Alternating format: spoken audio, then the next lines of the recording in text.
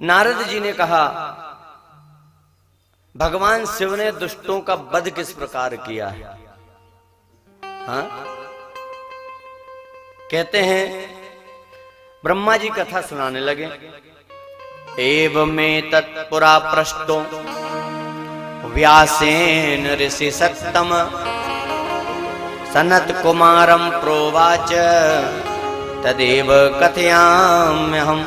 पूर्व काल में यही प्रश्न व्यास जी ने सनत कुमारों से किया था और सनत कुमारों ने जो कथा सुनाई थी तुमसे कहता हूं।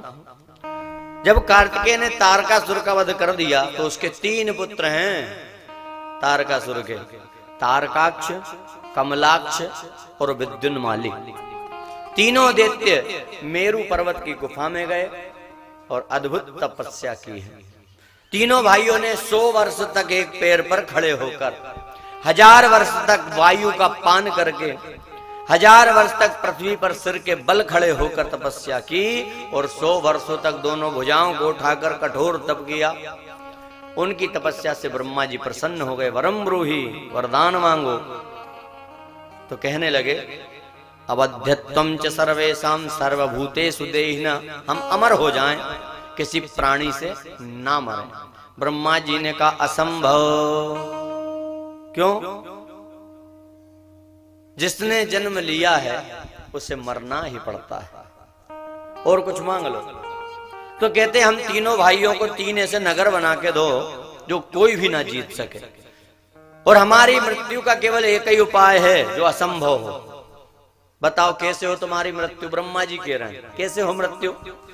जब मध्याह्न काल में अभिजित मुहूर्त हो, चंद्रमा पुष्य नक्षत्र पर हो, उस समय ये तीनों पुर एक सीध में आए, एक के ऊपर एक, और किसी को दिखाई भी ना दे।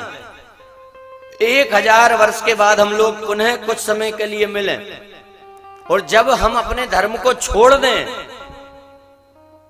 तब मरें। और मारे कौन? वो देवता जिसमें सारे देवताओं का वास हो, रथ भी ऐसा हो जो असंभव रथ कहलाता हो। और मारे तो कैसे? एक ही बाण से हमारे तीनों नगरों का भेदन जो कर सके वो हमें मारे। तो ब्रह्मा जी ने कहा ऐसा ही होगा, तथास्तु। ब्रह्मा जी ने विश्वकर्मा को आदेश दिया, सोने का, चांदी का और लोहे का ऐसे 3 नगर बनवाए पुर। ब्रह्मा जी ने तारकाक्ष को सोने का, कमलाक्ष को चांदी का और विद्युन्माली को लोहे का पुर प्रदान कर दिया। तीनों पुरों को प्राप्त कर महाबली त्रिपुरासुर नाम से विख्यात हुए। उन पुरों में कैलाश शिखर के समान ऊंचे ऊंचे महल, हर घर में भगवान शिव का मंदिर, हर घर में अग्निहोत्र कुंड बना हुआ है। वहां रहने वाले दैत्य ब्राह्मणों के साथ निवास करने लगे। शिव भक्त मय दानव का आश्रय सभी को मिला हुआ है और पुण्यकर्मा राक्षसों का बहुत समय व्यतीत हो गया। तारक पुत्र और मय दानव के तेज से सारे देवता दुखी रहने लगे। सब ब्रह्मा जी के पास गए। ब्रह्मा जी ने कहा, आप सब मिलकर भगवान शंकर की शरण में जाइए, तभी आपका कार्य पूर्ण होगा। तब सब मिलकर के शिव जी के पास गए। सारे देवता भोले बाबा की प्रार्थना करते हैं, मनाने लगे। नमस्ते पार्वती नाथ परमात्मन महेश्वर, अंबिका पतये तुभ्यं नमः सर्वास्त्र धारक। बड़े दीन भाव से देवता कह रहे हैं, पार्वतीनाथ, हे परमात्मन, हे महेश्वर, हे अंबिकापति, सभी अस्त्रों को धारण करने वाले, आपको प्रणाम है, नमस्कार है। हे प्रभु, त्रिपुरासुर ने समस्त त्रैलोक्य को अपने वश में कर लिया है, सारे जगत को तहस नहस कर दिया है। वह दैत्य यज्ञ भाग को भी हमसे छीन लेता है, हमारी रक्षा कीजिए। तब भोले बाबा कहते हैं, त्रिपुरासुर पुण्यवान है, और जिसमें पुण्य हो, जो धर्म पर चलता है, उसको नहीं मारा जाता। आप भगवान विष्णु के पास जाइए तो सारे देवता भगवान विष्णु के पास आए हैं और बड़े भाव से भगवान विष्णु की प्रार्थना करने लगे। हाँ? श्री कृष्ण गोविंद हरे मुरारी, हे नाथ नारायण वासुदेवा। श्री कृष्ण गोविंद हरे मुरारी। ताली बजा के करिए कीर्तन। श्री कृष्ण गोविंद हरे मुरारी, हे नाथ नारायण वासुदेवा। श्री कृष्ण गोविंद हरे मुरारी, हे नाथ नारायण वासुदेवा। हे नाथ नारायण वासुदेवा, हे नाथ नारायण वासुदेवा। हे नाथ नारायण वासुदेवा, हे नाथ नारायण वासुदेवा। कृष्ण गोविंद हरे मुरारी, हे नाथ नारायण वासुदेवा।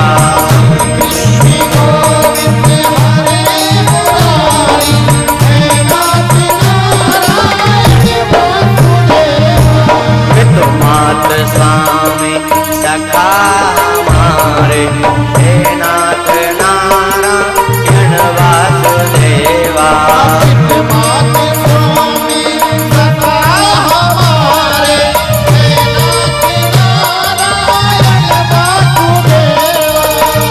फूल में चमके मथुरा के तारे, हे नाथ नारायण वासुदेवा।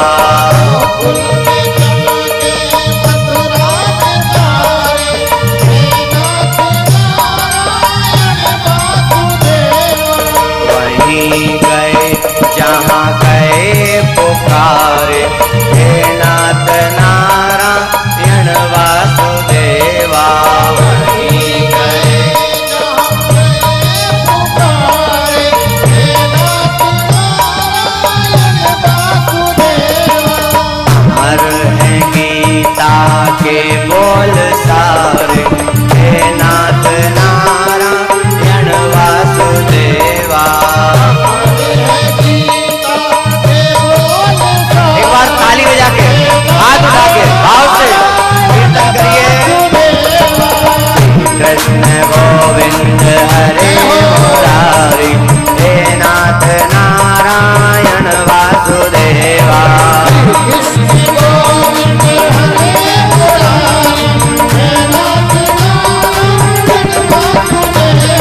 बोली भक्तवत्सल भगवान की। और ये भगवान का कीर्तन, भगवान की प्रार्थना क्या है?